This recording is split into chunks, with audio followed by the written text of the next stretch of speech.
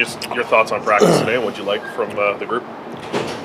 Yeah, you always look for energy after games you lose. It was good energy.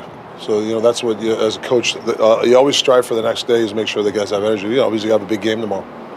With the big game tomorrow against Edmonton, obviously probably pretty easy for you guys to get up. What do you expect tomorrow against Oilers team you guys have some history with? Well, they're on a roll. I mean, Drysdale got 31 goals. I mean, McDavid does his thing. So, you got to know where they are at all times of the ice. They're just, they're unbelievable players. So we got to make sure we're above. It doesn't matter even it's them, it's whoever. I think we got to make sure the odd man rushes, things like that. We got to clean up. It's obviously something that tomorrow night you can't give against this team. The situation like this with the players are going through as a coach. I mean, during the timeout, you were very quiet, weren't yelling. Have you tried to push every button, yell, scream? Yeah, I mean, you're an emotional guy. But there's no point yelling at a guy. I mean, there's some guys are really tight with the puck. There's some stuff. You look at the power play. There's some looks there. Guys aren't finding it right now because they're tight. So the last thing they need me is to breathe down their backs. We got to figure it out. Whether it's one practice at a time, one shift at a time, one video session at a time, and just kind of group some good days together. Is it more emotional than X and O right now? Or emotional? More emotional for you to get the guys up as opposed to X's and O's and well, it's my job to get, obviously get these guys out of the funk, but obviously keep their energy level high. You can't play this game when you have, the old, victim card, poor as me. You can't play this game. I've been in this game too long. You got to come in a new day. Obviously, there's accountability the next day, but you got to come in with a lot of energy. That's the only the way you can play this game. You talk about the tightness. Yeah. You give up the early one last night, and you get 2 power plays, and you get a shot on goal. Is that part of that, or how do you explain one shot on 5 power plays last night? Well, that's the frustrating part because Yogi's terrific. Had a great game plan. LA, very aggressive. They send 3 on the puck. We get the puck out of pressure, and what do? We hold on to it, and we don't move our feet. Is that a tight guy? Maybe, but that's that's the game plan. When you get that puck, you got to attack, and we got to get some guys to unlock the hands, unlock the feet. And I'd rather guys just be an aggressive mistake than a passive mistake. I think I'll take the aggressive mistake right now. You yesterday told us Noah was nicked up. Yeah. 2 days in a row now, not on the ice. Yeah. Is it more than that, or is it just? Well, he's been dealing with a couple of things. So he saw a doctor yesterday. So I think a couple of days off will make him feel better. I don't know if he's going to play tomorrow. We'll decide tomorrow morning. Talk about aggressive mistakes. Yeah. Was JT guilty of an aggressive mistake on the yellow goal? Yeah, it's just not him. Especially the last couple of games, I call him you got to have logic involved, and I think it's not JT. I don't want to pick on him, but sometimes our team, there's not the right time is to pinch when, the best players, whoever their best players on the ice, it's a 50-50 puck. You can't pinch, and especially when you don't have an F3 high. These are logical. We're just making illogical mistakes right now. So we got to kind of tilt it in our favor. Be smarter. You've been out there for 30 seconds. Not sure you want to do an east-west pass, especially tomorrow. McDavid's on the ice. You got to be crazy if you want to make a high-risk play when he's on the ice. So I think those are the things that we talked about: logic and know your role. I mean, you're a guy that's as a checker. We need you to check. We don't need you to try to dipsy-doodle and try to score a goal. Obviously, if there's a chance of scoring, we want you to score, but you got to know when the logic is to attack. That's what I'm talking about. Can you share with us what the interaction was between you and JT after that 4th goal? You seemed to have a word on the bench, and then he moved to the end of the bench. Yeah, I wasn't specific at him. I just said, guys, we got to stop. Probably a little bit more forceful. You can't dive in on plays. So, I don't know.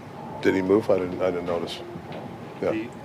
Your top players for a while now. Yeah. It's kind of the theme Yeah. of part of this struggle that you've Yeah. needed more from them. Has it gotten frustrating to you as a coach that you're still waiting on basically the same guys that you were waiting on a couple of weeks ago?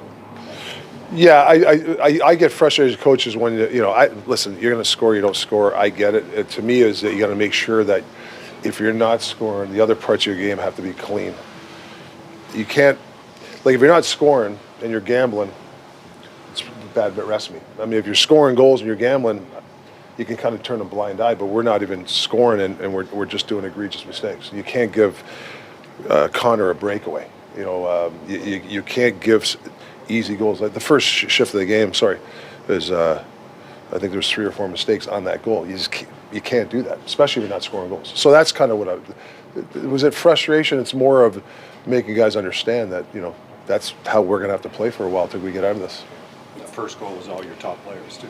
Making those Yeah, I mean, that's what I'm saying. It's like there's a time to press, but, you know, we're trying to get momentum and trying to get the crowd in this game, and I just think that those are killers. But you're right, we had 2 power plays after that.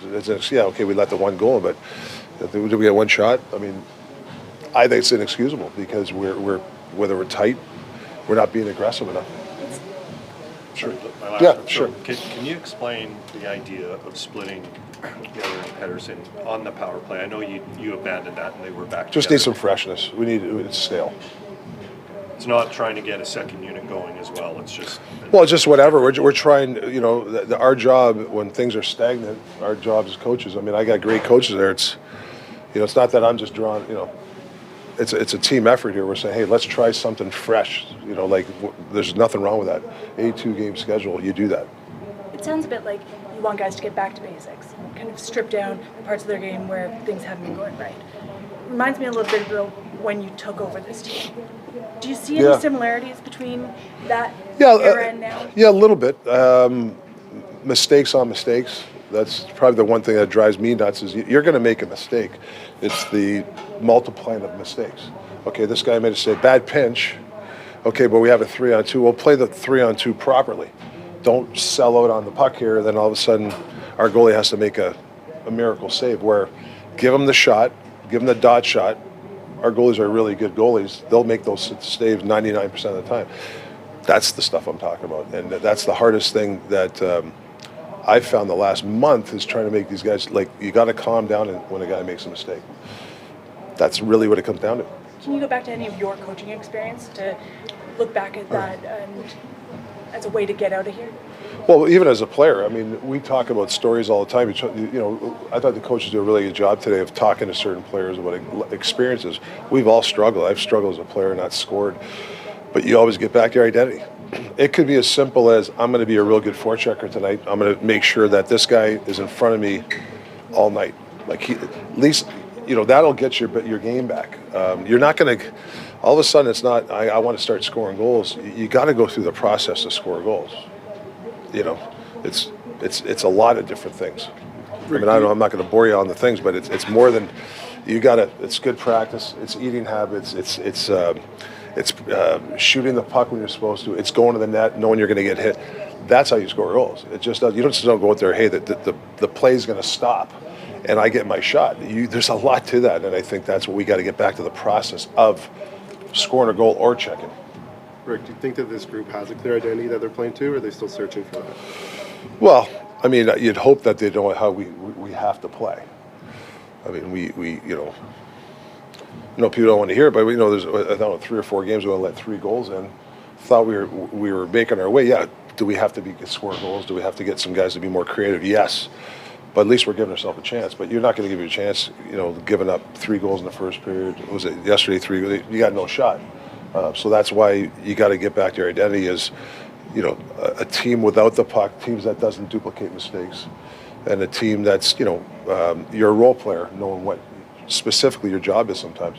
And is finding consistency with that identity just come down to like effort and will, really, at the end of the day? Well, you better have effort, yeah, and will. And you can't, you know, bad body language and stuff. And I haven't seen, guys have been pretty good with that, but you can't have that defeated look. It just fuels the other team.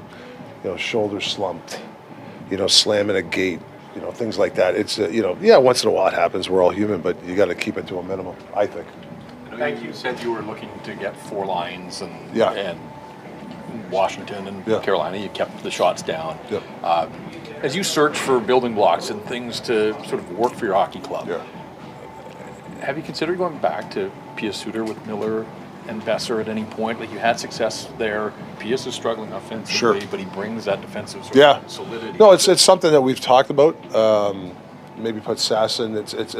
Anything's on the table. But that's the sort of stuff that you got to bring, and you try to, if you try that, what happens here, stuff like that. We've rotated wingers, tried to make some stales, but at the end of the day, you got to make sure that you do the right things.